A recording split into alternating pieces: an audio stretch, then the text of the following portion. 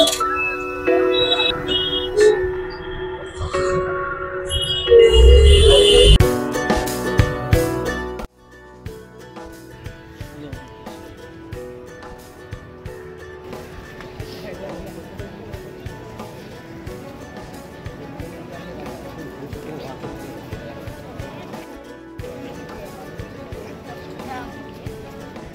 ಜಾಮಾ ಮಸೀದಿನ 1656ರಲ್ಲಿ ಶಹಜಹಾನ್ ಅವರು ಕಟ್ಟಿಸ್ತಾರೆ. ಈ ಮಸೀದಿಯಲ್ಲಿ ಒಂದು ಕಿತಕ್ಕೆ 25,000 ಜನ ನಮಾಜ್ ಮಾಡ್ಬೋದಂತೆ, ಅಷ್ಟೊಂದು ದೊಡ್ಡ ಮಸೀದಿ ಇದು. ಈ 2 ಮಿನಾರ್ ಕಾಣಿಸ್ತಾ ಇದೆಯಲ್ಲ, ಈ ಮಿನಾರು ಮತ್ತು ಆ ಮಿನಾರು 40 ಮೀಟರ್ 40 ಮೀಟ್ರ್ ಉದ್ದ ಇದೆ ಅಂತೆ. ಈ ಒಂದೊಂದು ಮಿನಾರು ಇದು 40 ಮೀಟ್ರ್ ಉದ್ದ ಮತ್ತು ಅದು 40 ಮೀಟ್ರ್ ಉದ್ದ.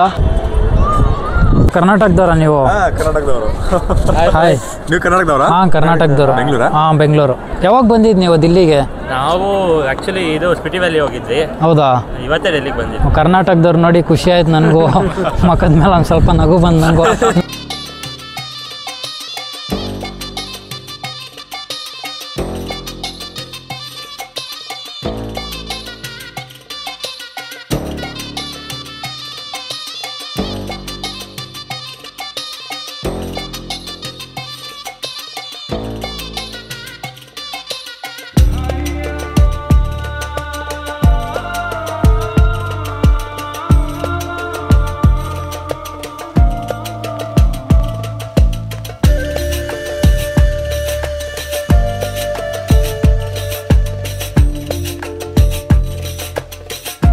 ಇದೇನಂದರೆ ಶಹಜಹಾನ್ ಅವ್ರ ಕನಸಲ್ಲಿ ಹಜರತ್ ಮೊಹಮ್ಮದ್ ಸಲ್ಲಲ್ಲಾಹು ಅಲೈಹಿ ವಸಲ್ಲಂ ಕುತ್ಕೊಂಡು ಇಲ್ಲಿ ವಜೂ ಮಾಡ್ತಾ ಇದ್ರಂತೆ. ಅದಕ್ಕೆ ಅವಾಗಿಂದ ಈ ಒಂದು ಜಾಗನ ಫುಲ್ಲು ಕ್ಲೋಸ್ ಮಾಡಿದ್ದಾರೆ. ಇಲ್ಲಿ ಯಾರು ಕುತ್ಕೊಂಡು ವಜೂ ಮಾಡೋ ಹಾಗಿಲ್ಲ.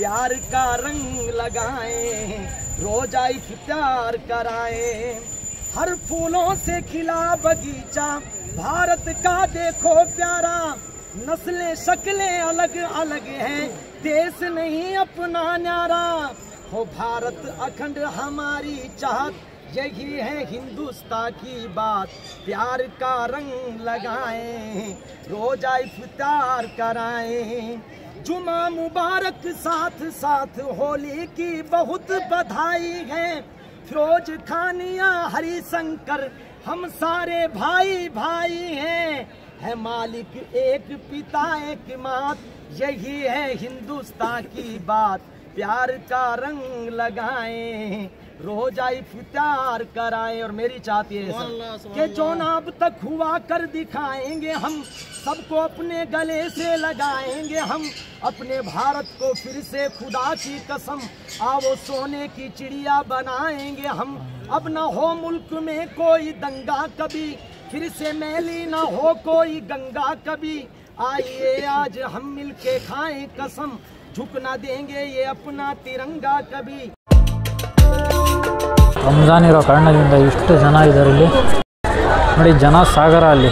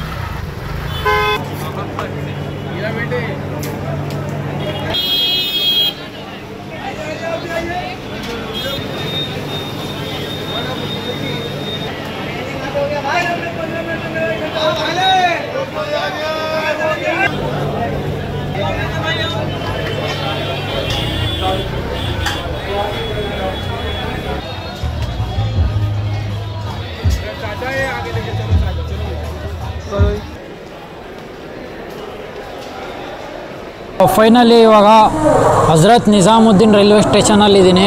ಟೈಮ್ ಇವಾಗ 10:21 ಆಗ್ತಾ ಇದೆ. ಇದು ಬಿರಿಯಾನಿ, ಇದು ಕ್ವಾರ್ಟರ್ ಅಂತ, ಇದನ್ನು ಕ್ವಾರ್ಟರ್ ಅಂತ ಕರೀತಾರೆ. ಹಾಫ್ ಕೇಳಿದ್ರೆ ಅರ್ಧ kg ಕೊಡ್ತಾರೆ ಅವರು. ಇದ್ರ ಪ್ರೈಸ್ ಬಂದು, ಬಿರಿಯಾನಿ ಪ್ರೈಸ್ ಬಂದು 60 ರೂಪಾಯಿ. ಆಮೇಲೆ ಈ ಚಿಕನ್ ಪ್ರೈಸ್ ಬಂದು 160 ರೂಪಾಯಿ. ಪ್ಲಸ್ಸು ಇದಕ್ಕೆ ಈ ರುಮಾಲಿ ರೋಟಿನೂ ಕೊಟ್ಟಿದ್ದಾರೆ. ಅಲ್ಲಿ ನಾನು ರಿವ್ಯೂ ಏನಕ್ಕೆ ಮಾಡಿಲ್ಲ ಅಂದರೆ, ಅಲ್ಲಿ ನಿಜವಾಗ್ಲೂ ನಿಂತ್ಕೊಳ್ಳೋಕ್ಕೂ ಜಾಗ ಇಲ್ಲ, ಅಲ್ಲಿ ಕುತ್ಕೊಂಡು ತಿನ್ನೋದಿರಲಿ, ನಿಂತ್ಕೊಳ್ಳೋಕ್ಕೂ ಜಾಗ ಇಲ್ಲ. ಅಷ್ಟೊಂದು ಜನ ಇದ್ದರು ಅಲ್ಲಿ.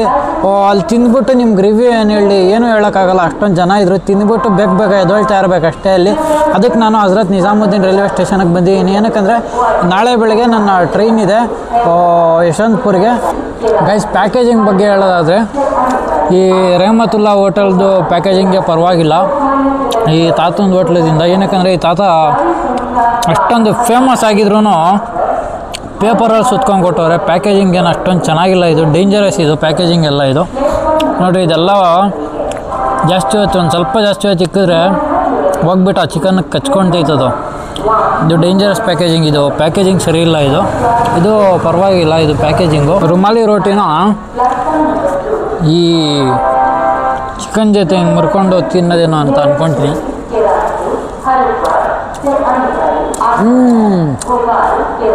ಸಕ್ಕತ್ತಾಗಿದೆ. ಚೆಸ್ಟ್ ಚಿಕನ್ ತೊಗೊಂಡಿದ್ದು.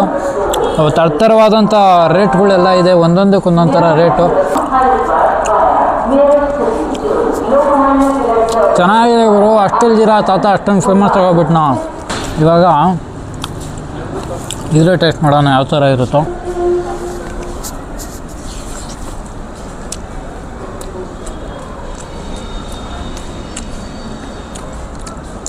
ಚೆನ್ನಾಗಿದೆ.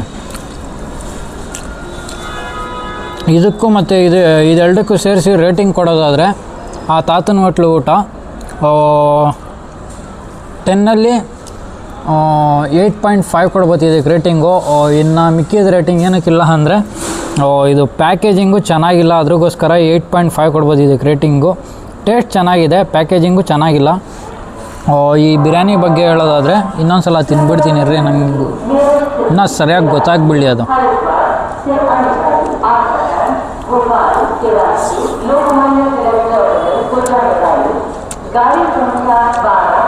ಚೆನ್ನಾಗಿದೆ, ಜಾಸ್ತಿ ಮಸಾಲೆಯನ್ನು ಹಾಕಿಲ್ಲ, ಚೆನ್ನಾಗಿದೆ ಬಿರಿಯಾನಿಗೆ ಹೇಳೋದಾದರೆ ಒಂದು 8 ರೇಟಿಂಗ್ ಕೊಡ್ಬೋದು ಇದಕ್ಕೆ.